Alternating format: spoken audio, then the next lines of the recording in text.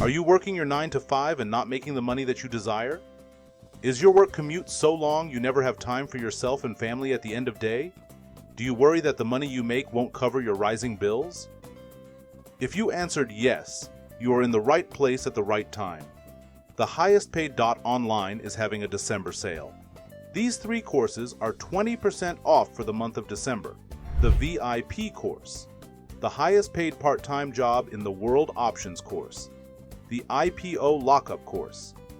The 20% off sale is for each individual course. Use code DEC20 to access the sale. This Options Academy has been a blessing to the lives of hundreds of people since 2019.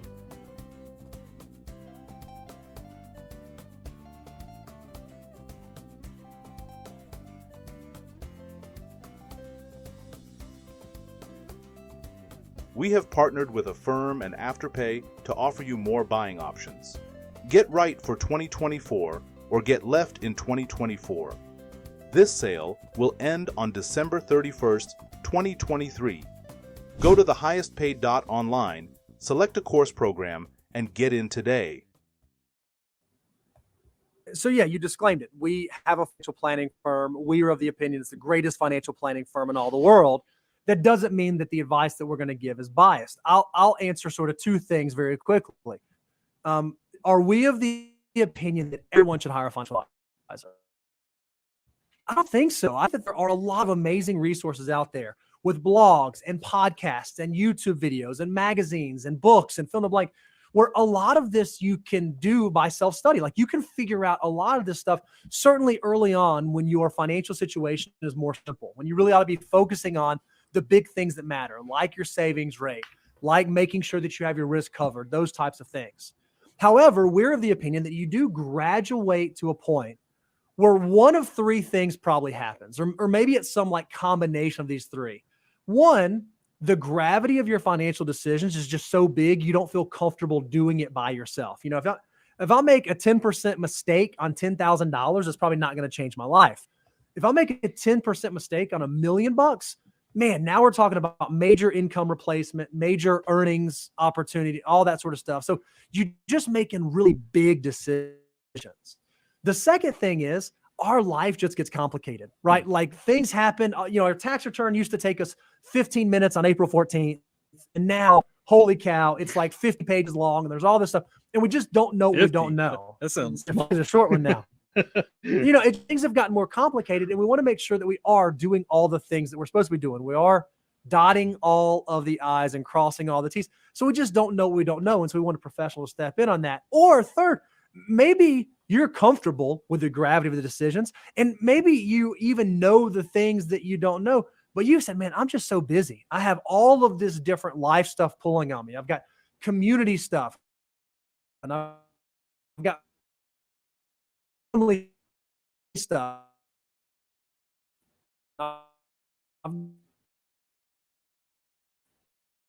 Social stuff. It keeps telling yourself, on my chair because I know I haven't gotten those estate documents in place that I knew I should have. That might be a really clear and obvious sign.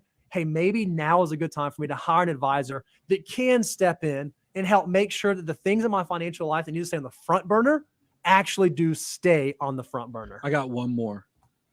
We have so many financial mutants out there that I meet you, you become prospects, and I'm like, man, in another life, you could have totally done this for a living. I agree with everything that from your mindset of how you've handled your money.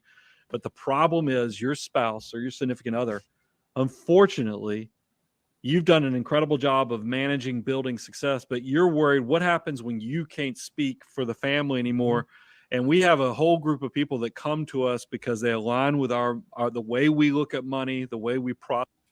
Okay, so what we want to talk about really quickly, because he's going into another topic, is can working class afford financial planning? And the reason why we are bringing this particular topic up is because I'm very passionate about people trying to understand their financial situation and being financially proactive. And we have a lot of people now on the internet, not these guys, specifically, but a lot of people that are trying to present themselves as you need to get quote unquote professional counseling around your finances to make sure that you're in the best position financially. And one of the challenges is that I don't necessarily know if they take into account what it costs to get the professional counseling, right? And so often what we don't often talk about is that people are going after solutions financially that they think are best appropriate to them based on where they're currently at. And if they don't necessarily know that there's other options available to them, then they may not take advantage of those other options. And that's something that we want to kind of talk about because often when we're having these type of conversations, it's very much a one-way conversation. And we're not often allowed to ask the person's questions because it's just a one-way conversation. And that's why I'm a big fan of having a conversation around the actual issue as opposed to somebody just speaking. And a lot of times when you're looking at our people in the financial space, they do the same thing in the medical field. Is they speak at people, they don't necessarily speak to people. And I think that just may be a lack of emotional intelligence. How often they often speak at people, but they don't speak to people. And one of the reasons why I try to get people to have a better understanding of their financial situation and how the financial system actually works is therefore when you sit down with these people, you can force them to start speaking to you as opposed to speaking at you. And you see the same thing in the medical field. And what we want to talk about is how the working class or can the working class afford financial planning, right? Now, really quickly, this particular show is sponsored by www.thehighestpaid.online. That's an options trading academy for the person that doesn't like the fact that they work a 9 to 5, they're not bringing enough money in. The person that like the fact that they got to take all the time away from their life to make the money they're making in their 9 to 5. And the person doesn't like the fact that even though we're at 6.5 or 7% inflation, they're not going to make any more money this year unless they try to figure out how to add some more hours to it. We figured out how to solve that problem by teaching people how to successfully navigate the options market. I want to tell you to go ahead and look into that particular offer before we raise the price, getting ready towards the end of the month. Now, let's get back to what we were talking about, right? Can the working class afford financial planning? And this is something I really want to get into because if we're going to tell people to deal with qualified professionals, first, they have to be able to find a way in their budget to do that. And then they also have to be able to see the value of doing that based on it being able to deliver them where they want. So it's not enough for a person to say, I'm a solution because I know everything.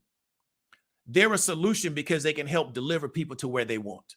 That's the difference between somebody that understands a value proposition and somebody that's just technically sound. And then we're going to kind of go into a lot of the narratives that's been put into this financial space and how necessarily they aren't 100% true. And you start to understand that once you start to understand these things better. So let's go ahead and get into it because we're not going to be here real long, right? So here's an article from CNBC, and we talk about you don't have to be wealthy to hire a financial advisor, right? There's a big misconception that financial planning is only for the wealthy, right? However, financial planning is a path for anyone to gain wealth. Many advisors charge you a percentage, say 1% of your assets under management. And so if you don't have you don't have 250,000 or 500,000, so $250,000 to $500,000 to fork over to be AUM, which we call assets under management, you may not appeal to them. And that was the traditional way, right? We have a growing number of advisors going to build people in different ways to allow more people into the market for financial planning.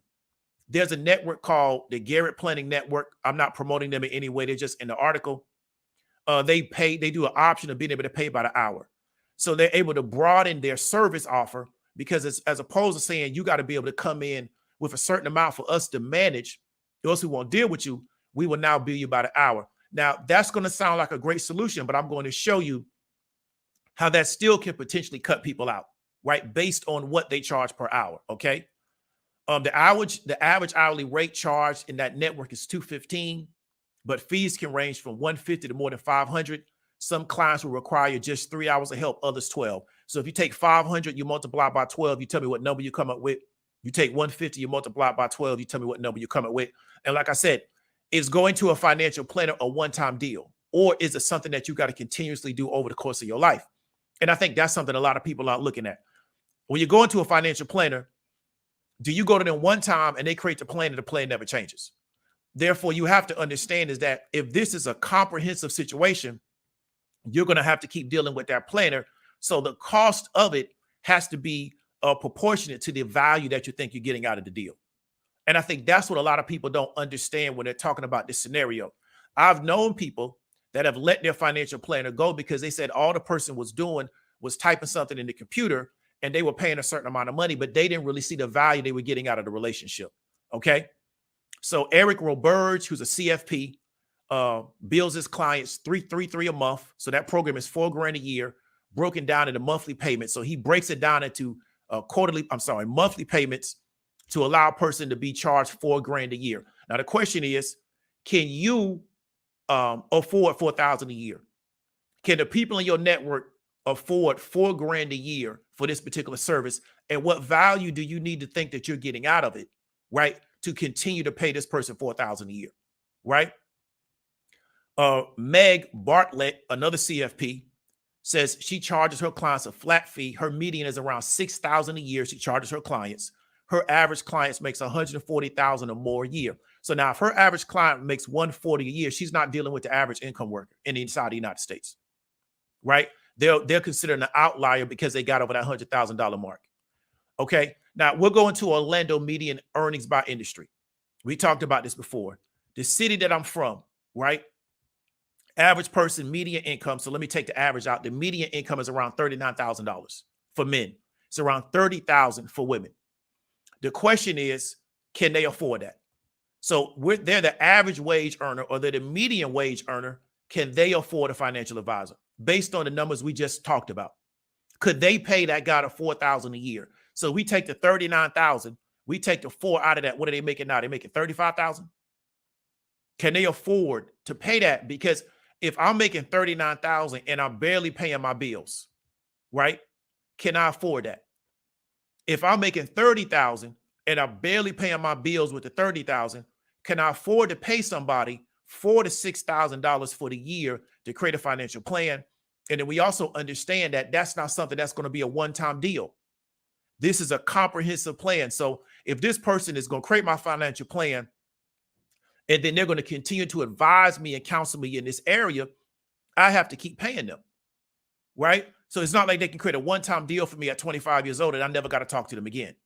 And I think that's what a lot of people don't understand, is that if you're the regular 9-to-5 working person in this society, the reason why you may latch on to something that may not be good for you, that can be a fly-by-night situation to improve your financial situation, is because you can't afford the services. And because you're not in their market, they're not appealing to you. Therefore, now what happens is you get presented with a lot of bad offers that are going to be fly-by-night, get-rich-quick schemes because you're trying to improve your financial situation from the $30,000 or from the $39,000, right? And then somebody's telling you, well, you need to get with somebody that's qualified. But what they're not considering is that you, at this point in your life, don't see the value of paying that based on what you think you're going to get out. And so this was the question that I started reaching out to people in the industry, because I don't like to do the ideological debates. I like to deal with what's real. So I'm going to actually pull income data and ask the person, based on the income data, how would they afford your services? Because like I said, it's not a one-time deal. And a financial planner giving you a plan is not a plan for you to make more money, in my opinion. Right? Financial planner is not really teaching you a skill set that's going to allow you to bring more money in. That they may save you something on taxes, but it's not like I'm going to learn a trade, so I pay $5,000 to learn the trade, and over the next 5 years, I make back $60,000. You know what I'm saying? They're planning your financial future to put you in a position that's supposed to be better for you and your family in the future, right? But it's not necessarily a year-to-year return on the investment in that planner. And I think that's what I think a lot of people are dealing with, where they're paying these people money and their attitude is, what am I getting out of this deal on a year-to-year basis? I know somebody that just fired their accountant because they said that accountant was saving them a lot of money on taxes. They say they're not anymore, but they're paying the same amount of money. So they were like, it's time to go to somebody new, because their ability to save me money on taxes for some reason has just gone away. So I think people really need to start taking this into account, to where we're telling people that they should not go after certain stuff, but we never deal with the real deal, which is how much money do they make after they pay all their bills, how much money is left over, and then what am I presenting to them that improves their situation, right? And a standpoint to where they can now start to invest in higher level services. because me having a bunch of information that does not help people's immediate situation doesn't help them. And that's one of the reasons why I'm passionate about what I'm passionate about. Me having information that can only help a person in 40 years doesn't help them right now. So a lot of times we're presenting people with long-term plans, but not understanding that people have immediate needs, right? One of the things that made a lot of community-based organizations so powerful is because they understood immediate, midterm, and long-term need. One of the reasons why Hezbollah is so powerful in South Lebanon is because they understand immediate need. One of the reasons why the Panthers were so powerful is because they understood immediate needs. Then you move into the midterm and the long term. But if we're just telling people, hey, you get with me, and in 20 years, you'll be able to retire, and we're having issues right now, I can't think about 20 years. I got to think about right now. So what can I invest in that's going to help me now, which is why people are always running this stuff. Because a lot of people, when I tell them it should take 2 years to look at the markets, in their mind, that 2 years is too long. I need help right now. I don't have anything that can help you right now. I got something that can help you over time. Now, it might not take you 2 years. It might take you a year. It might take you 6 months. But I don't have anything that's going to change your life in 60 to 90 days. I just don't have that. And I think a lot of times we don't speak from that perspective because we think, well, everybody's in the same position that I am. And so therefore they're going after these bad offers because they're just too stupid to know any better. That's not necessarily the situation. Sometimes it's based on the person's position in life and what is available to them based on their position. You're working in Orlando, Florida. We know that Florida rents have gone through the roof. We know that Florida housing has gone through the roof. We know that food across the board has gone through the roof, right? And if somebody tells you, hey, you can go take this or learn this, and you'll be making X amount of numbers in 60 days. And that's going to look appealing to that person because why? All my costs over the past 6 months have gone through the roof. A guy telling me I need to hire him as a financial planner, and in 30 years, I'm going to retire with $1 million. I can't see 30 years down the road. I can see how I'm going to pay my bills next month. And I think these are the kind of things we don't talk about because a lot of people are having ideological discussions and they're having ideological debates and they're not actually dealing with the real data that's in front of them, right? I'm from a service city where they really don't pay a lot of money, right? I'm not from an area where people have tech degrees. I'm from a service city where people normally get paid off the service sector. And if they can't get money off tips, they have a hard time making any more money than what they're going to make hourly. Okay, so let's keep going. So I had somebody tell me, if you want to go look up people that can help you with tax planning, doing your taxes, financial advisors, yada, yada, yada, and you want to know whether or not you can trust them, right? Because, you know, you got a lot of people on the internet where everybody's a scammer except for them and their little crew. Everybody else is a scammer, right? And they said, well, here's a website where you can find the quote unquote qualified and certified people to help you to make sure there's no conflict of interest, right? So it's supposed to be the CFP board. And they said, well, you just go to the CFP board and you can look up these people and they've quote unquote have been vetted by the CFP board, right? They've been vetted. And because they've been vetted, then you can be secure that they're giving you best advice because they're acting as a fiduciary. Now, that's not really accurate because really the CFP is really a marketing firm and they're really a lobbying firm, right? That's really what they actually are. But part of the marketing and part of the lobbying is to convince the market, right? When I'm talking about the marketers, I'm talking about the people that they're trying to serve, that we've been vetted a certain way where you can be confident that we're giving you accurate and valid advice that's in your benefit to not to our benefit, right? Really, if you actually go do the research, around 70, maybe 75% of CFPs also sell insurance, and they get a compensation for selling you that insurance, right? And many of them don't disclose that to their clients, okay? So you got to really understand what is really going on in the environment around you. But we went ahead and we followed instructions that we were given because we were operating under how to figure out a solution to this problem, right? So when I looked up on the CFP, I looked up in my area, right? And what I found is that a lot of the people that are offering are telling that you got to have minimal investable assets. So this guy says minimum investable assets of 500,000. Average person is not going to have that, right? Minimum investable assets of 500,000. Minimum investable assets of $1 million. None provided, what doesn't mean they don't want it. It just means they haven't provided it to the website.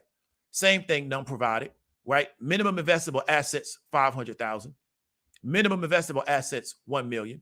minimum investable assets, 500,000, minimum investable assets, $250,000. And then you can just go through the list, right?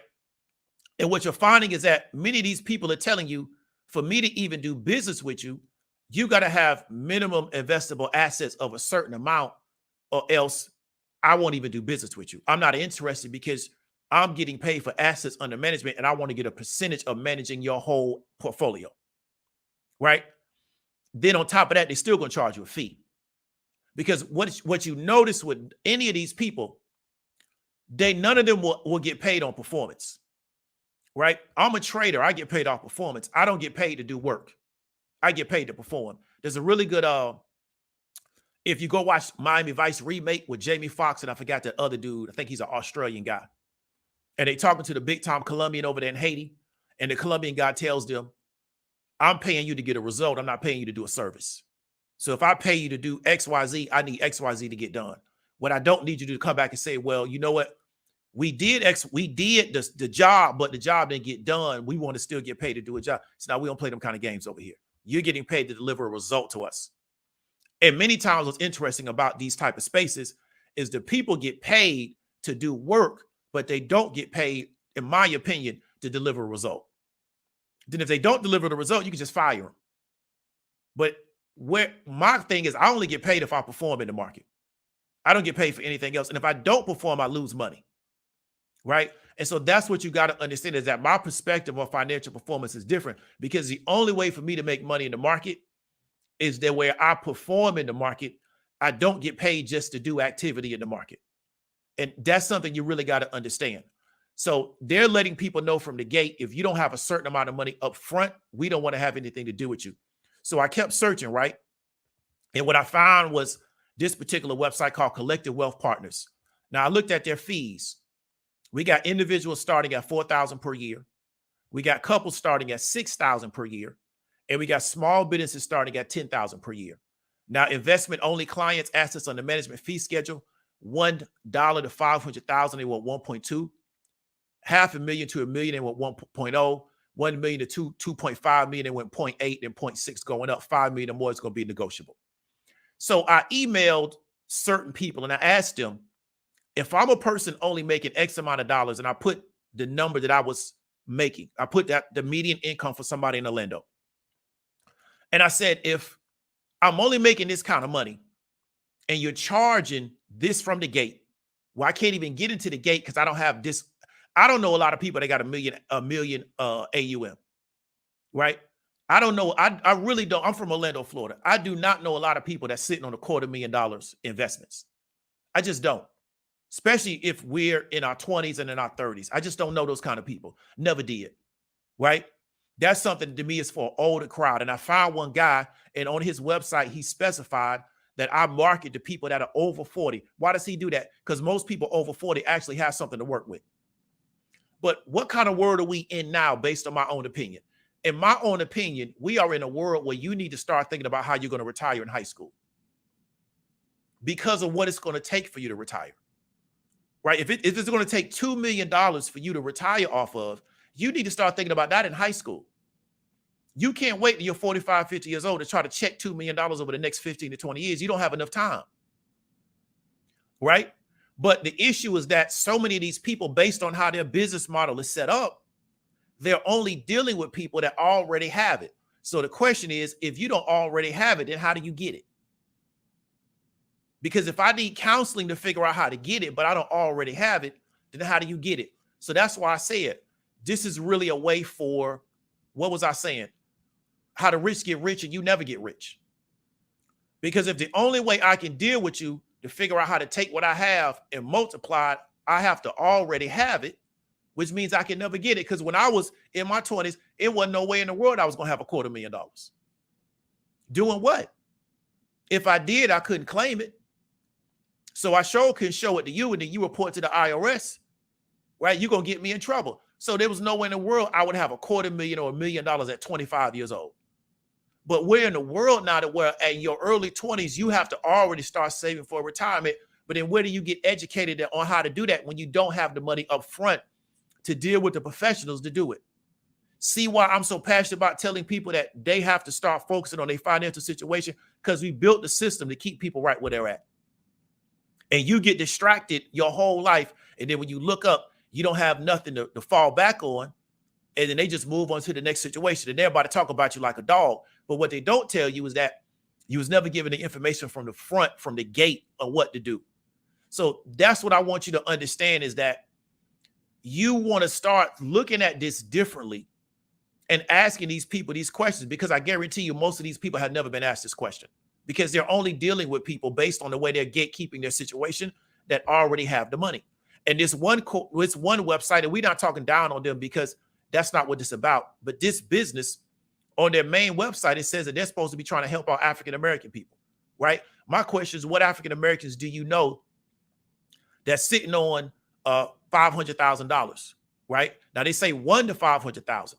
Now we're gonna go a little bit deeper, but individuals starting at $4,000 a year, that's cool.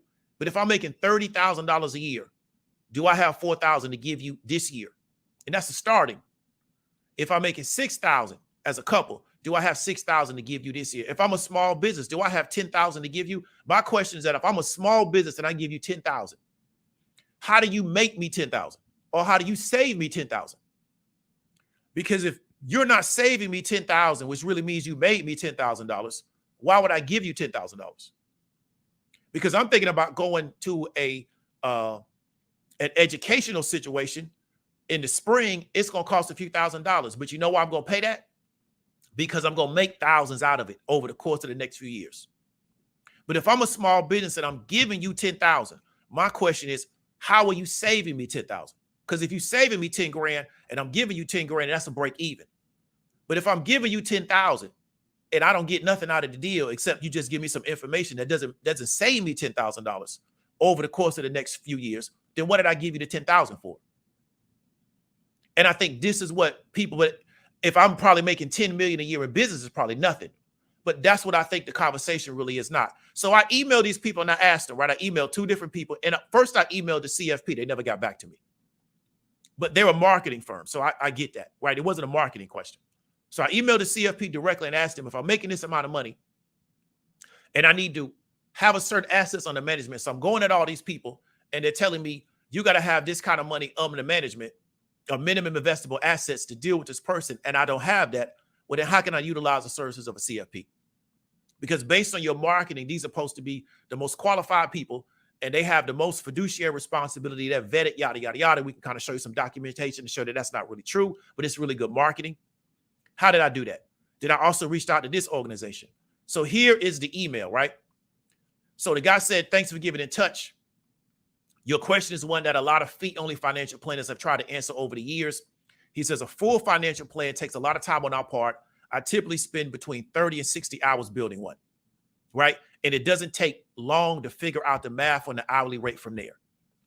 So that's why hourly fee models such as the Garrett Planning Network, which we talked about in that previous article, right? So here's here. Where is it right here? The Garrett Planning Network. Let me see. We talked about it right here. For example, the 200 plus advisors in the Garrett Planning Network offer the option of paying by the hour for financial planning. So he's telling me that it doesn't take long to figure out the math on the hourly rate from there. That's why the hourly fee models such as the Garrett Planning Network have not been more successful. Why? Because it takes them 30 to 60 hours to build out a full financial plan. So I forgot what numbers we had here. What numbers did we have? Let me see. Where I remember the numbers are at. It's 500. So let's say we take $500 times 60 hours. You tell me what you come up with, right? I don't have my trusted calculator with me. So he says the 4 options that I recommend. Engage with a financial planner for a one-time financial plan. It may cost you between $4,000 to $6,000. Again, but it's an investment. It's not a reoccurring fee. There are planners within the XY Planning Network who offer one-time financial plans. I think that's a good solution. My question is, what happens if the plan changes? Then what do? I just pay by the hour. So do they have the ability to moderate the plan without tearing it apart? So if I'm going to somebody, but I have a plan that somebody else did for me, will they work off that plan, or will they feel like I got to tear the whole plan apart and start all over from scratch and charge you another 30 to 60 hour bill? Engage with a financial planner in an ongoing retainer engagement. You may pay as you go. I think most planners ask you to keep the engagement for at least a year. XY Planning has been a pioneer of this. Vanguard Advisory Services, I know about them. You have to invest a minimum of $50,000 with them. So one thing about Vanguard is they will give you an advisor if you give them $50,000. If you don't give Vanguard $50,000, what you just do is you just invest in their funds and that's it. Right? So that's the question. Now let's keep going. And he says, do it yourself. So how much help do you need? If it's just the investment piece, Vanguard we may be able to go. If it's more in-depth planning, he will recommend options 1 and 2. And I appreciate this guy, Patrick King, CFP, out here in Atlanta. And he was a guy where he's marketing his firm towards people that are over 40 years old. Why? Because they have the money to pay the 40, 60 hours. Because most of the time, by the time you're over 40, if you are a high income person, you've built up enough income and built up enough money or have enough credit to pay for what his services are. So we talked about the other day with pricing. He's pricing towards a specific market. He's not pricing towards a lower tier market because he knows they don't have the money to pay him anyway. Okay. Now I reached out to at the Collective Wealth Partners and I asked them, based on your prices, how can I pay this? Right. I make only this amount of money. We offer hourly consulting at $350 per hour. This may be a better option for you, as a time will be spent on strategic topics of interest. Otherwise, she would recommend AAAA. I think it was African American. I forgot what it is. You can find an advisor tool to seek a more compatible advisor, right? So let's say it's $350 per hour, and we do the the 30, 60 hours. Then you do the math for how much you think that's going to cost. Because the question is, can you come up with a financial plan for 2 hours? Right? If I'm coming in with nothing, I have no financial plan, and they got to build one out. How do I do that? How much time is it going to take for them to do that? So they're charging $350 per hour. So that's how they're getting away from the $4,000 per year or the $6,000 per year, right? And then she sent me to this AAA. I forgot the name of it, but I'll post that in the description, which is another African American Advisor Association, I believe. And so I guess there in the advisor tool, they can seek me some more compatible. But she's a CFP, right? Miss AG CFP. So we're not doing this to be disrespectful of her, but we got her off the CFP website because these are supposed to be the people that are supposed to be the most qualified. Now, one thing I want you to understand that I'm very passionate about, what I would never recommend anybody do, myself included, is allow your guard to be put down because you believe somebody has a certification financially, right? I think that's something that's what we call a prestige badge, right? I come in with a prestige badge, and as a result, right, you lower your guard, and then that allows me to just say anything, and you just go for it because I got a prestige badge. And so to me, the CFP is a prestige badge. Now, why do I say that? Because there have been multiple people that have been found to be involved in fraudulent behavior, and they had a CFP badge. And they use their CFP badge to lower people's guard because the CFP has marketed that, well, we vet everybody, and we make sure that if they have any issues, they have to disclose them to us, and we take their CFP badge away from them. But the question is that doesn't mean they're not doing anything wrong. It just means they haven't been caught yet. But the CFP market is that they created the fiduciary standard, and that's not how they market themselves. Well, I'm a CFP, so then therefore you can have confidence that I have your best interest and there's no conflicts of interest. Well, that's not 100% always true, right? So that's one of the reasons why people invest in the CFP mark, because it is a prestige badge, right? But it doesn't mean that you can go to sleep on your situation. And that's something that I want a lot of people to understand. It doesn't mean because somebody passed somebody else's test that you could go to sleep on your situation. Because let me show you something, right? This article, the CFP board didn't invent the fiduciary standard. So Mr. Keller is the chief executive of the CFP board. This is from 2011, right? The grassroots push to apply the fiduciary standard to all areas of financial services has been underway longer than that, right? So at that time, the CFP was pushing themselves as becoming like the fiduciary standard. So according to Mr. Keller, the CFP board certificates are required to act as fiduciaries and as such must put the interests of their clients first. At the same time, he claimed the CFP board is business model and compensation neutral, right? This guy asked, does Mr. Keller really expect us to believe that tens of thousands of CFPs who are compensated via commissions from the sale of investment products, which if there is no regulator mandated disclosure of compensation, are truly meeting their fiduciary obligations to their clients by explaining in advance how much commission revenue they expect to receive, along with the amounts they might receive if other investments were employed instead. This guy says, I'm aware of no quantitative data supporting the notion that CFP certificates are any more ethical than their non-CFP industry peers. To the contrary, there are abundant examples of CFPs who use the designation to build trust in order to defraud investors. This guy named Bradford Blight is a high-profile case. I would encourage you to go look him up, right?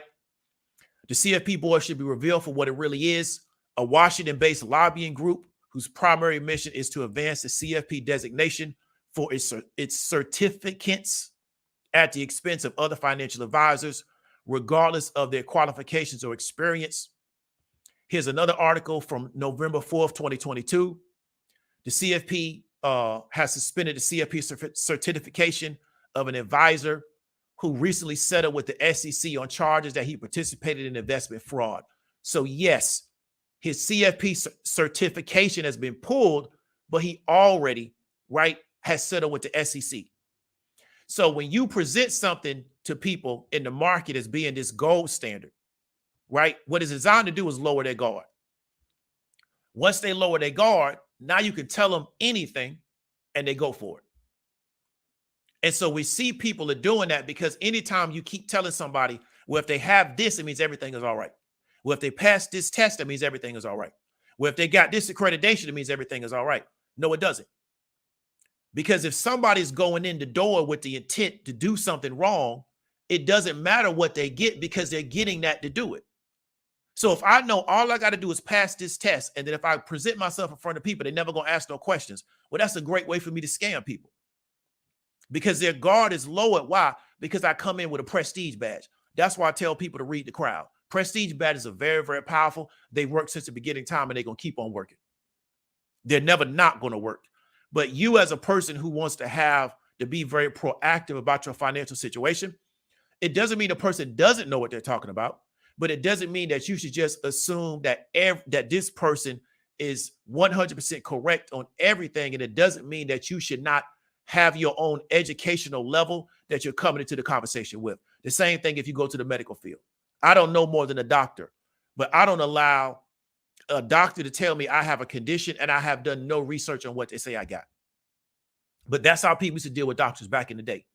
They would just let the doctor tell them you got XYZ, and they had no idea what that actually meant. And so then they would just do whatever the doctor told them to do. And if it didn't work, they didn't know what else to do. Now in the era of the internet, you can go research things a lot easier. You don't have to go to the library and start looking through a lot of medical journals. So if the doctor says you have XYZ, you can go look that up and understand what that means. So this is why we have people now where they've been able to manage a lot of their situations differently than just taking a lot of drugs. Because of the research they made to do, where the doctor just told them, hey, just take these drugs and everything will be all right. And that's what I want people to understand. Okay, so let's go into the solutions real quick because we talked about the problem. I would suggest get referrals from people who have worked with someone and gotten results, right? If I can find somebody that says, hey, I work with this person and I've had a great relationship with this person and I've gotten results, I think that's more important than you go looking at a website and believing that because somebody has a mark, they're a legitimate person. Doesn't mean anything can't happen because that person could be scanning the person you're talking to. But I don't know anybody that gets an attorney off a website. I don't know anybody that says, hey, I need a child custody attorney, or I need somebody to represent me in this particular tort law, right? Or I need somebody to represent me on a construction issue, and I go to the internet and I go look it up. I don't know anybody that does that, right? Most attorneys a lot of them, not most of them. I say a lot of attorneys get their clients through word of mouth because they've been able to get positive results with people in other areas. So yeah, you're an attorney, you passed the bar. Doesn't mean you're any good though. Because in the case, 9 times out of 10, if we don't settle, then somebody got to lose. So just because you passed the bar for that state doesn't mean you're a really good attorney. It just means you passed an academic test, right? A lot of attorneys, they get their client base through referrals. I know a woman out here in Atlanta, she does probate. She gets her clients through referrals. her ideal customer is a single woman with children. And so she's been able to successfully help so many single women with children that have money establish their estate plan to where people just refer other single women with children, refer other single women with children to her. She's not on the internet under this particular type of a website where she took this test and passed it, and now all of a sudden people believe she's qualified. She's got the results for people, right? So that's what I would encourage people to do. And that's one of the reasons why building out your network, in my opinion, is so important. So you can ask people these questions and they can help you in these particular areas. Okay, let's keep going. Also, self-education, right? Don't be blind about your finances. I think the biggest mistake that we're making, and it's going to come back to hurt a lot of us, is many of us are blind about our finances. We're handing it to somebody else and we're letting them just do what they do, and we have no idea what's going on. Right? Does that work for some people? It might. But I think if it doesn't work, you don't know why it didn't work. Right? And I think I want to really encourage people, stop being blind about your finances and become as proactive about your finances as early as possible. Because a lot of times people get hurt because they give all the responsibility to somebody else that they thought they can trust just cause. And then when they find out that they couldn't trust that person, it's too late now because they've ruined you financially. Right? If a person's stealing from you and you don't know that they're stealing from you because you don't even know what to look at, well, by the time you figured out they stealing from you, they can set you back 25 years. You saying, well, you know what, they had a particular designation, that's irrelevant now because you didn't even know what to look at to figure out they were stealing from you. Because they did it over the years. They didn't do it in 1 year. They did it over years. You didn't even know what to look at. You just believe that because this person was in good standing with this particular organization, it must mean I can trust them. So I don't have any checks and balances in myself because I don't even know how to build those out because I don't even know what to look for. This is how a lot of professional athletes get their money taken. This is how a lot of entertainers get their money taken because they give their money management to somebody that's quote unquote qualified. And they don't even know how to look at this person properly. And the person is stealing from them. And then they find out that, you know what? Nobody's paid taxes the past 10 years. The IRS don't care. They still want their tax money. Or they find out, I thought I was going to have a retirement and the person was taking the money and doing something else. Even if the person goes to jail, you can't never get the money back. I was talking to somebody earlier. How was Usain Bolt going to get the 10 million back that he lost in that particular Jamaican deal? Where's the money at? How does he get it back? So even if the person goes to jail, how does he get the money back? And so these are the things that you got to kind of ask yourself. If you are going to be blind about your finances, it can put you in a situation to hurt you, but that requires you starting to really understand what's going on around you and not just letting somebody tell you something and you saying, okay, because that's what they said. Not saying you got to be argumentative, not saying you got to be nasty, but come in with a basic understanding of what's going on so you can have a level conversation. One of the things I really try to do is to help people to where when we talk about the markets, it's a level conversation. It's not I'm way here and they're down low. It's to raise them up so we can have a level conversation about the markets. We don't have to agree, but we can have a basic conversation about it. Right? And then understand I got to take my financial situation important so I can surround myself with professional people that can help me. And I think people would benefit from doing that as early as possible. Right? We live in a world where we don't tell people what it's going to really cost for them to retire, and they don't think about that. And then now they're in a bad situation because they haven't thought about it until it's too late. That's all I want to talk about. Appreciate everybody for coming through. Let's read these comments so we're going to get up on out of here.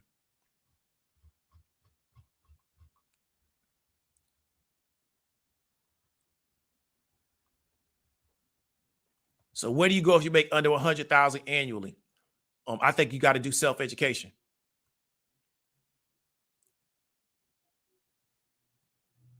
So Tia Z says, I listened to two advisors, my middle school teacher and my great aunt.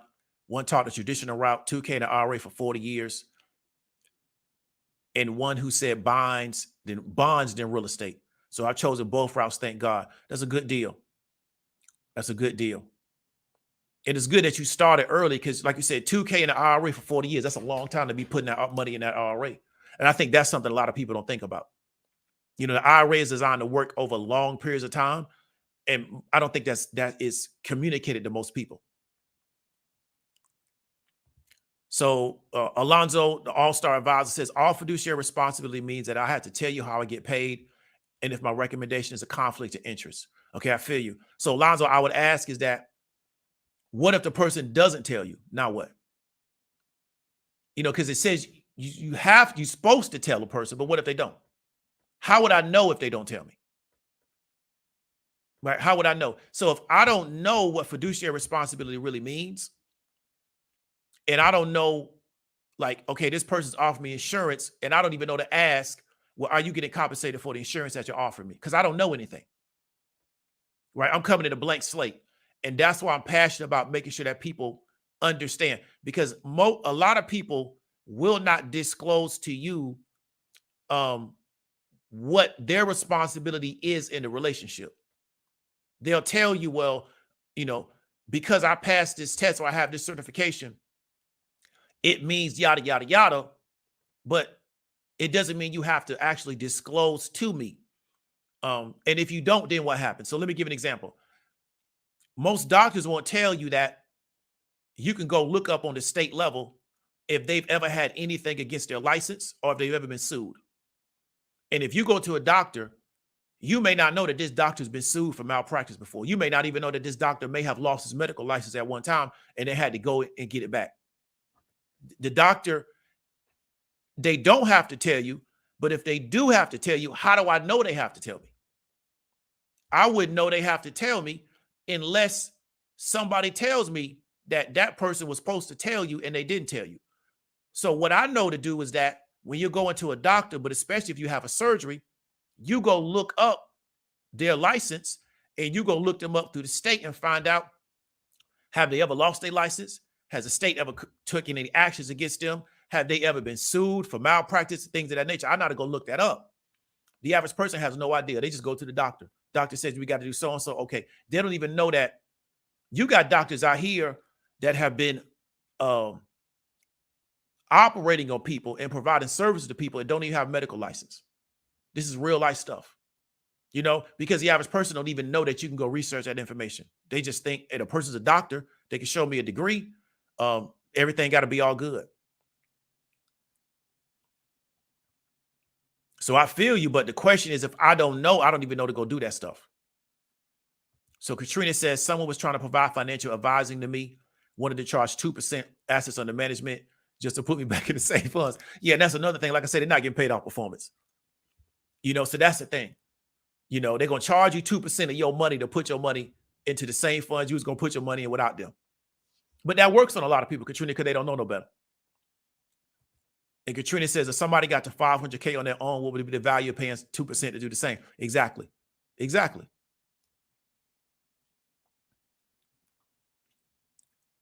Exactly. So Katrina says, not 30, 60 hours. Yeah. So he trying to get paid. I don't blame him. Get your money. So he already is going after a higher tier client. Because let's say he's charging $500 an hour, just multiply that by 60. And that's how much he gets paid to work that whole plan up. So I know why he said on his website, I'm going for people that are north of 40 years old.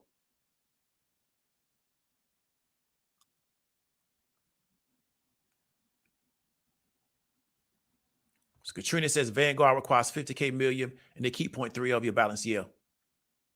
And all they're going to tell you is just put your money in the index fund. They ain't going to tell you nothing else. Because Vanguard tells you on their website they don't trade in and out of positions. So all Vanguard going to tell you with their advisory is put your money in one of our index funds and just wait to retire. They're not going to tell you nothing else because they don't trade in and out of positions. They don't chase alpha, right? So that's all they're going to do. Okay, so Alonzo says Association of African American Advisors. I thought that's what it was. So that's what she told me to go to.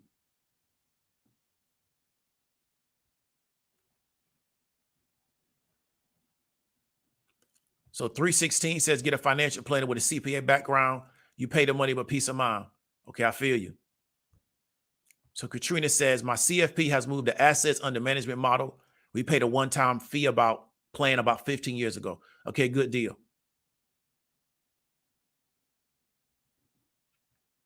Yeah, LI says Mr. Bolton. Yeah, that's a lot. And I heard his net worth was between 30 and 100 million, but even in 10 millions, I heard that there was a $10 million account. When they looked at it, it was like 14,000 in the account. That's a lot of money to lose.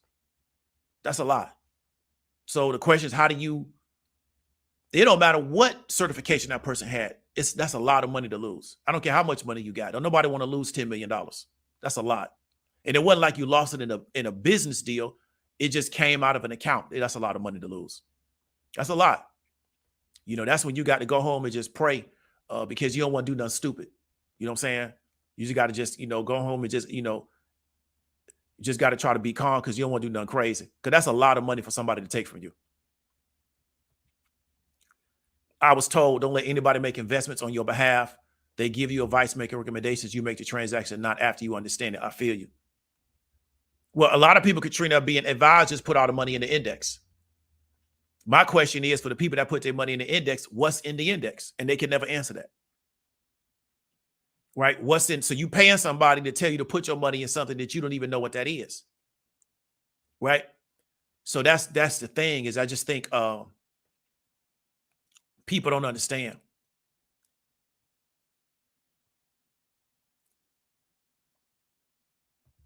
So the credit solution, it says some folks have errors and omissions, insurance and bonds for these issues. Folks got to read the fine print for these disclosures that may hold the planet harmless when stuff hits the fan. Yeah. Issue is you can never get your money back, because we know that the way these firms are, the way these designations are marketing themselves, people are knowing, if I can pass tests and get the designation, it lowers everybody's guard. Then I can run this Ponzi scheme because nobody commits the crime because they think they're gonna get caught. And so they're using this to lower everybody's guard. And then when you realize that, a person can pass these tests, can have these designations, and they don't get caught till they get caught. Like, what was the name of the starts with an M? He was like one of the top people in the SEC. And he was committing fraud the whole time. And he was one of the top people in the SEC. And it just goes to show you, when a person is committed to being engaged in criminal behavior, they will try to disguise themselves, especially in the financial space. They do this a lot. They disguise themselves with all of these prestige badges to get people to lower their guard. They're members of the right country club. They went to the right school. They're members of the right fraternity. All of that does is it gets people to lower their guard, and that's how they take from everybody. And once the money's gone, the money's gone. Yeah, definitely. So Katrina says, mine told me don't bank on Social Security because it won't be there. I 100% agree with that. Right? It's just not going to be there. If it is, it's not going to be much. Now, this is something that's real because I worked in the medical space. They do. It's one of the reasons why when you go into a doctor's office, not all of them, but a lot of them, there is everything there has been sponsored by a pharmaceutical company. It's the reason why, if you watch, and I don't watch a lot of TV, but I do see it every now and then, a lot of the commercials tell you, go to your doctor and ask for this drug. The pharmaceutical companies, all they do is direct response marketing. They tell you, go to your doctor and ask for this drug. Go to your doctor and ask for this drug. Because they want you to tell that doctor you want to take that drug, because they've told that doctor people are going to come in and ask for this drug. There's a really good movie that came out, I want to say maybe about a year ago too, about how the company that created OxyContin, how they incentivize all those doctors to promote OxyContin by telling the doctor it's not addictive, but it was addictive. By the time the people realized it was addictive, the company that manufactures OxyContin, they just pay a fine. The doctors don't pay anything because people believe what their doctor told them. Here's a painkiller that's not addictive. By the time it comes out that this thing is highly addictive, right? The people that make OxyContin, they pay a fine. And the doctors don't get any punishment because they're going to say OxyContin showed me research data that said that it wasn't addictive. So what did OxyContin do? They used the doctor's prestige badge to addict millions of people. That really was the new crack era, but that's going to come out later. But the pill game was really just the new crack game, right? But they did it using a different vehicle. They did it through mainstream channels. But that's how they did it. And next thing you know, you looked up and you got whole sections of the country and they're addicted to pharmaceuticals, but they use the doctors and their prestige badge to tell people it's a non-addictive painkiller. And it can't be a non-addictive painkiller because it's an opiate, and all opiates are addictive. but the doctor's telling you, I got research to show it's not addictive. No such thing as an opiate that's not addictive. No such thing. That's the mechanism that makes an opiate work. But that's what the patients was told. So they taking it. Next thing you know, they strung out on it. So that's the game.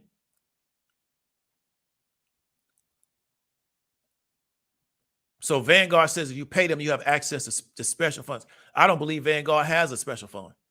I'm trying to figure out what is it. And is it a performance-based fund? Is it just they still getting paid of AUM? So I don't believe Vanguard has a special fund. I could be wrong, though. I haven't looked at everything they offering. You know, but they manage a lot of money, so they doing their job. I can't take nothing from them.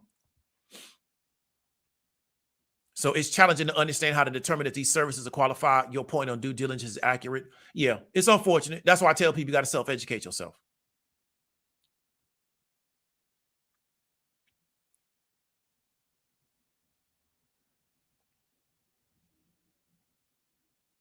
So Ross says, I've been making sure my parents don't get fleeced from providers. So you says Madoff had to hold an account with Chase Bank. Now I think he had some rank in the SEC. I'll pull it up later on. I just can't remember what it is. He has some rank in the SEC. Like he was high up in the actual industry.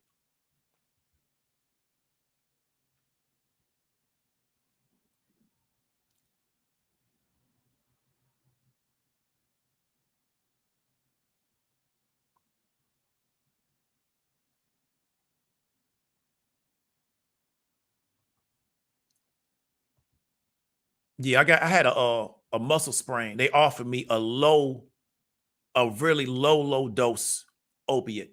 So what I did was I popped it in half and took half of it for like 2 days. Because I wasn't gonna get strung out on that stuff. Because they hand it out so liberally, and they never tell you how addictive it is. You know what I'm saying? And that's pretty much how they've gotten everybody addicted to this stuff. Like that really is the new crack game. You know, and if you go to certain parts of the country, you got whole segments of the country, everybody's strung out on either crystal meth or some type of pill. And it's not really talked about, but it's real, especially in parts of Florida, the Midwest, you know, Tennessee, Kentucky, West Virginia. It's like crazy how many people are strung out. They strung out real bad too. So he was chairman of the NASDAQ. Okay. No, he had something to do with the market. Like he had rank up in it. So he was chairman of the NASDAQ. And he got arrested for running one of the biggest Ponzi schemes. So him coming in the gate saying, well, you know, I was chairman of the NASDAQ. What does that get people to do? Gets them to lower their guard. Because we assume he must have been vetted. But he had his mind made up from the gate that he was going to do what he was going to do. Right? So him being chairman of the NASDAQ don't have anything to do with it. Because that's what he wanted to do with his time and his money. He wanted to defraud people, right? So that's what I think we're not factoring that in because we've been made to believe in prestige badges because the only way to get somebody to invest in a prestige badge is to get them to believe that it's going to give them a rank in society. So then once they invest in it, they got to not sell me on that designation because I invested in it. See? So then what that does is that it creates an environment to where I don't investigate the situation. I just believe that, well, because they got the prestige badge, they got to be all right. That's not true. Because we got a lot of doctors out here that's doing crazy stuff and they're licensed. They passed their board and everything, but they're not doing the right thing. You know, and that's something I think people really got to take into account. They really got to start trying to figure out how to self-educate themselves. But because we don't talk about a lot of this stuff until later on in a person's life, so much time passes where they could have been benefiting from the situation and benefiting from things like compounding and things of that nature. And they don't think about that until you can't really benefit from the compounding, right? And I think that's the conversation. So to wrap it up, the working class may not be able to afford traditional financial planning because of the costs associated with it. It doesn't mean that they should not take time out of their life based on my own personal opinion. I'm not a financial advisor. And to start educating themselves on what they need to do to put them in the best position financially for their long-term situation, especially their retirement, because we need to have a movement around people starting to look at their retirement earlier. right? Because I really think in the next decade, this decade, we're going to start having a conversation about people pushing their retirement to 70 or older because of people's inability to retire, because of people's lack of income on the front end. Then you not thinking about it because you don't have the income. Then by the time you think about it, you don't have the time to put the money together to retire, which means that they're probably going to start telling people you can't retire till you're maybe 70, 75, if you could push it back, which means that a lot of people just going to work until they die. They never going to be able to start working. But I think they're going to actually officially come out with that conversation sometime this decade.